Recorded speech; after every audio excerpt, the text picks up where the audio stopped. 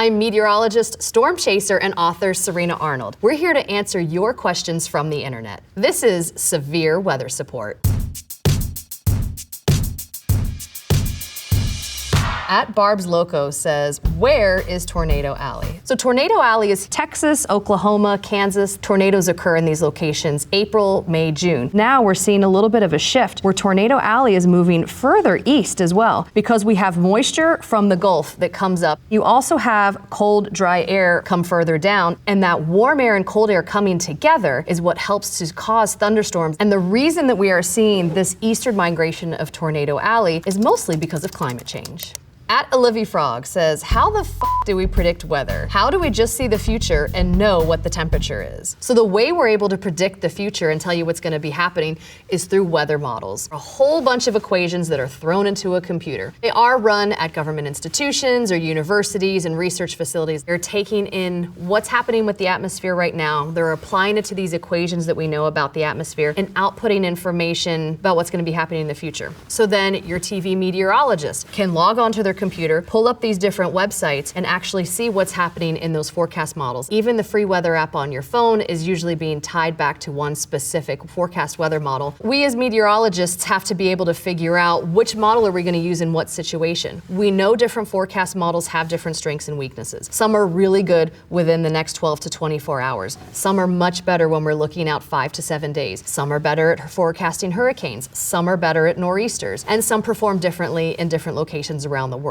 Weather forecasting is really hard. Here we are, this big rock in space. We've covered 70% of the surface with water. Then we've got this crazy gas around the entire planet that's our atmosphere. We're spinning at 1,000 miles an hour as we're rocketing through the solar system. The sun is roasting one half and the other half is facing the vast void of space and is cooling. And now you want me to tell you what's gonna be happening in 5 days? At Dju asks, tornadoes always gonna confuse me because how the F do they happen? So you telling me the wind just throws that ass in a circle? Scientifically, it's kind of what happens. This is a supercell thunderstorm. They rotate counterclockwise. And these are the storms that are capable of producing tornadoes. Right here under this rotating part of the storm that's called a mesocyclone. With all the circulations, the updrafts, the downdrafts, the rotations in these thunderstorms, this is actually also a very large updraft area. You create a void down here and that creates an area of low pressure. And this is the area that forms a tornado. So typically about 1 out of every 10 storm chases actually results in seeing a tornado because they are incredibly hard to forecast. This storm could be capable of producing a tornado, or maybe not. Tornadoes can last for just a couple seconds at a time. Sometimes tornadoes can last for an hour and go for miles and miles. Becky Lou says, why are hailstones a thing? Whose idea was it to hurl tiny blocks of ice from the sky into our faces? When you have a strong to severe thunderstorm, the updrafts in that storm are incredibly strong. And so it takes these little water drops and it launches them up really high, way above that freezing line, and they turn to ice. Then what happens is they fall down back through the storm again, go back below the freezing line, and as they're passing through, lots of water drops are hitting them, and they catch the updraft, and there they go up again for another cycle, and that water freezes. And it does this over and over and over again. If you find a hailstone and you're able to cut it open, most likely it's gonna look like it has rings, like if you cut down a tree, from all of the trips and the cycles that made inside of the storm. So, if you're looking at some hailstones and you find little pea-sized hailstones on the ground, that's great, your storm wasn't very strong. But hail sizes can actually exceed baseball-size hail. Gorilla hail is just another name for really large hail. Grapefruit size or larger, like 4 inches in diameter or larger. And on a storm chase I was on earlier in June, the National Weather Service issued their first ever warning for DVD-sized hailstones. At Shuffleupagus says, wait, Sahara dust affects weather in the USA? Sahara dust absolutely affects our weather here in the United States. The Sahara, here in the northern part of Africa, has lots of dirt and sand. And when we get severe sandstorms, those blow across here and take the sand and bring it over this moist, warm ocean. And we have water that's constantly evaporating, and that water condenses on the sand. And this eventually forms the first clouds that will eventually turn into hurricanes and potentially impact the United States. Ash XX11 says, if someone gets caught in a tornado in their car, do you open a window? Also, do you open windows in your home? People say it's a myth. There's absolutely no need to open the window in your car. It's a common misconception that low pressure is what breaks the windows in a tornado. It's actually the debris, 2x4s, and other things like that the tornado is throwing around. If you're indoors in any building of any kind, get as low to the ground as possible. You want to go to an interior room where you don't have any windows. The more central to your house and the more interior with tight walls around you, the safer you're gonna be. If you are stuck outside, then what you need to do is get to the lowest lying area you can, even if that means lying in a ditch in a field somewhere. Never, ever park your car under an overpass. Might seem like a good idea. You may wanna protect your car from getting any damage, but what's gonna happen is, one, the winds are gonna funnel through there in a really bad storm, but two, other cars park under there. You could potentially be keeping emergency services from reaching people who were just hit by a tornado and badly need medical attention. At GMonster7000 asks, wait, quick question. What are some of the latest technological advancements in tornado prediction? Have they improved warning times? Asking for myself. Yeah. Absolutely. We have a lot of increased radar technology and better notification that has definitely increased tornado warning times. In the 1980s, we only had about 4 or 5 minutes heads up when there was a tornado warning before a tornado would actually be occurring. Today, that warning time is up to on average 13 minutes, and there's some instances even where we are being able to give tornado warnings almost a half an hour before a tornado. The technology that's making that happen is drastically improved radar data. So this is a radar image of what a supercell thunderstorm looks like. Not only we're improving how frequently we're scanning the sky, but we're also getting more detailed information back on that storm. We've gone from them looking in the atmosphere every 8 to 10 minutes down to every 4 to 6 minutes, and in some instances even more frequently than that. And it's with that increased radar technology that allows us to get a better picture of that storm. At Phil Reed's News, so have you been able to recognize patterns or relations between the radars and frequencies and the weather? You know, see a certain radar LiDAR pattern, then you know to expect higher low pressure, tornadoes, etc. What's interesting about looking at LiDAR and radar and stuff like that is they are tools to help us understand what's going on in the atmosphere right now. This image here shows radar reflectivity. Weather radar is sending out radar beams and they're bouncing off of the little raindrops and water drops and coming back, and what it tells us is in decibels what is happening. Basically, it's showing the intensity of the storm. These radars are located across the country. The radar is housed inside of a domed tower. You see them a lot of times at airports or just outside of major populations. This image here on the other side shows us a velocity image, and this tells us whether things are moving to or away from the storm. And this red-green difference we see right here is called a couplet. It's telling us all of this is moving away from the radar except for this one little piece that's moving towards. What that's indicative of then is rotation and could mean that there's a tornado there. This comma here on the right is the hook echo. This is the mesocyclone. What you see above this hook is where the rain is and where the downdraft is. The News Box 1 asks, what is the difference between a violent tornado and a regular tornado? Does a violent tornado mug you after blowing everything over? Not quite. So there's different scales of tornadoes. Weak tornadoes are those EF0 to EF1 tornadoes. They typically don't last very long. The wind speeds are relatively low, sometimes less than or around 100 miles an hour, which for a tornado is actually pretty small. EF2s and EF3s are strong tornadoes, and then our violent tornadoes do account for 70% of all tornado fatalities. In an EF4 or an EF5 tornado, wind speeds exceed 200, 300 miles an hour. The May 3rd, 1999 tornado in Moore, Oklahoma had a mobile radar unit measure wind speeds at over 300 miles per hour. At Schaffernaker asks, what are El Niño and La Niña and how do they change the weather? What these are sea surface temperatures of the Eastern Pacific, somewhere between Central America and South America, very close to the equator. We monitor the sea surface temperatures there because they're either in an El Niño phase, which means they're a couple degrees warmer than they should be, or we are in a La Niña phase and they're a couple degrees below where they should be. Now, these El Niños and La Niñas have very large effects on our weather. So for example, during an El Niño year, we can see certain parts of the country be wetter than normal. Other parts of the country will be warmer or drier than normal. The biggest driver that we see with La Niña and El Niño is how they affect what happens in the Atlantic Ocean and how they impact the forecasts for our hurricane seasons. At TruthScant is asking, why is AccuWeather predicting a supercharged hurricane season in 2024? Do they know something that we don't? Yeah, actually they do.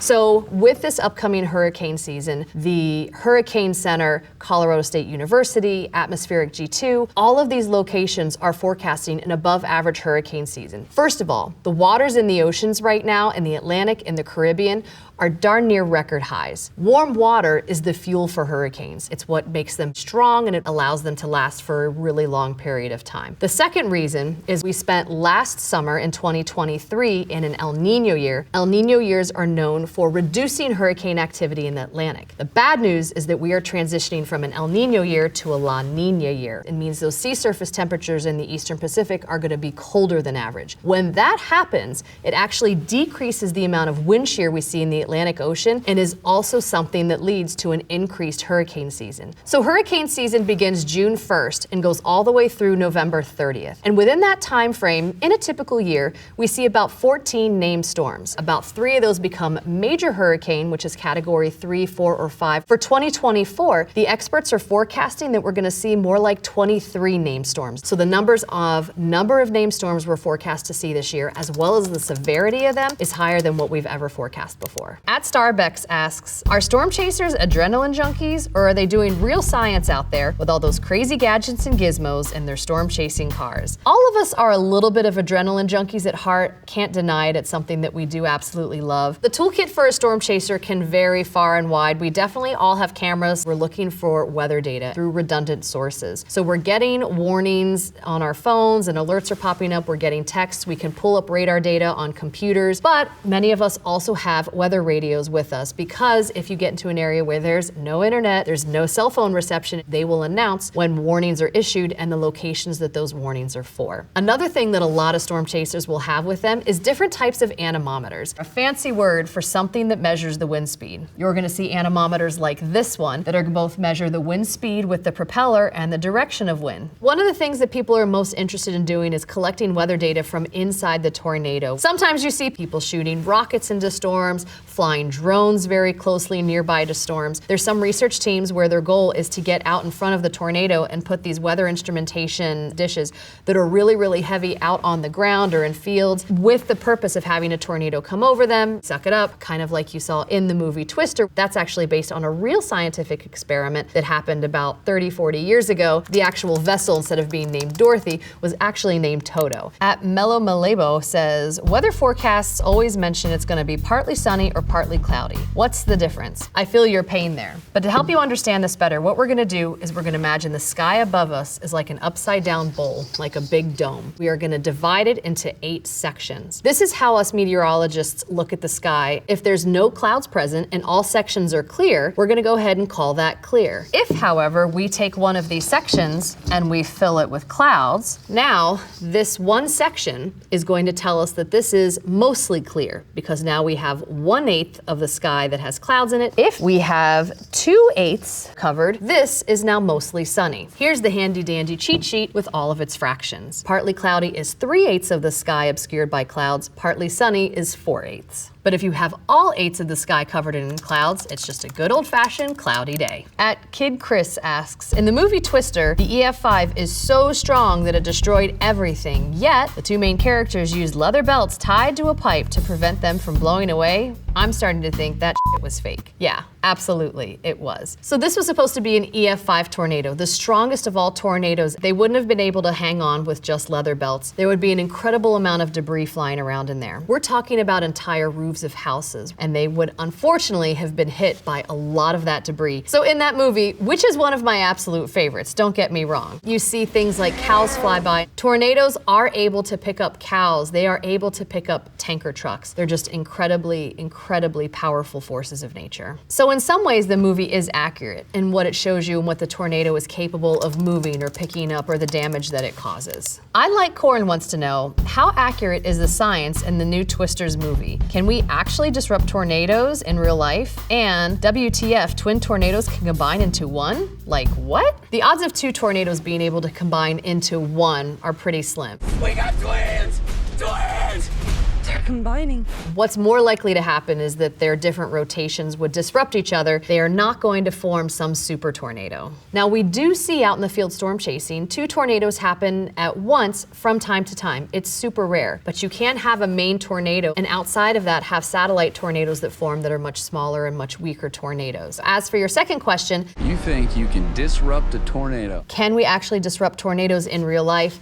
Not really. The technology is not there yet, nor the knowledge to be able to control the weather in any way. The absolute closest we can get is through some very basic cloud seeding, putting some chemicals into the atmosphere, and they're naturally occurring chemicals, and allows condensation to happen and allows storms to precipitate out or to rain. That can increase precipitation that a storm is going to put out by 10 to 15%. So the effects of cloud seeding are super negligible, and that's really the only thing we can do these days to kind of control the weather.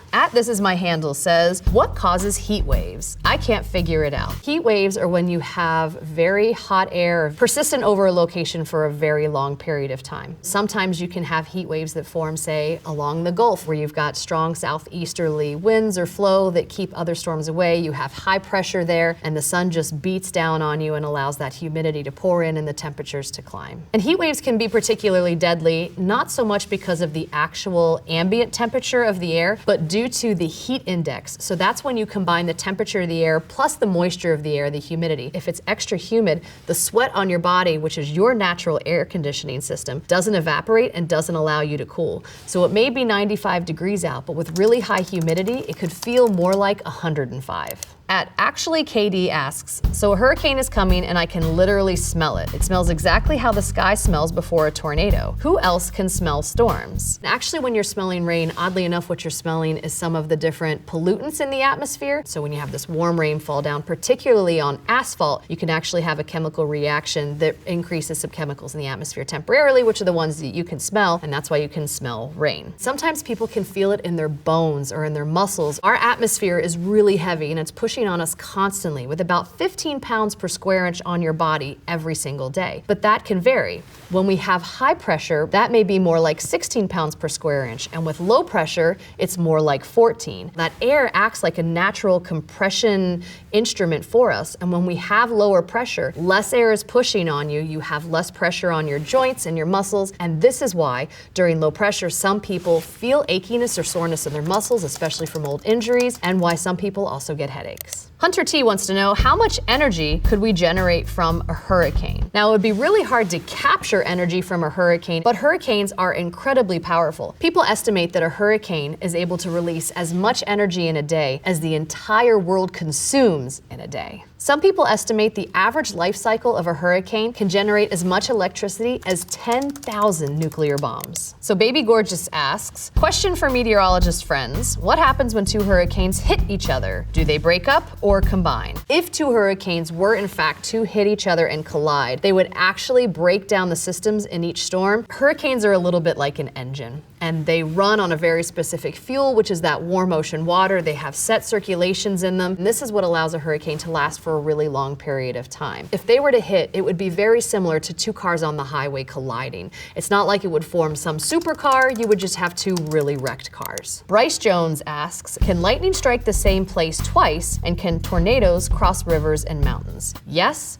and yes. Lightning can absolutely strike the same place twice. It can strike the same place twice in the same storm. Now, it doesn't necessarily have to, but there are some places around the world that actually receive multiple lightning strikes within specific storms. Typically, they're at higher elevations. The tallest buildings in New York City can be hit multiple times in a single storm. And your second question, can tornadoes cross rivers and mountains? Yes, absolutely. Now, with mountains, you could potentially disrupt some of the airflow that's involved with a tornado and some of the supporting structure of the thunderstorm itself, but I have absolutely seen tornadoes occur in mountainous locations, and tornadoes do not have a fear of water. They will absolutely cross it without any problem. Anyone who tells you a tornado will not cross a body of water, a river, or anything like that, it's a complete myth.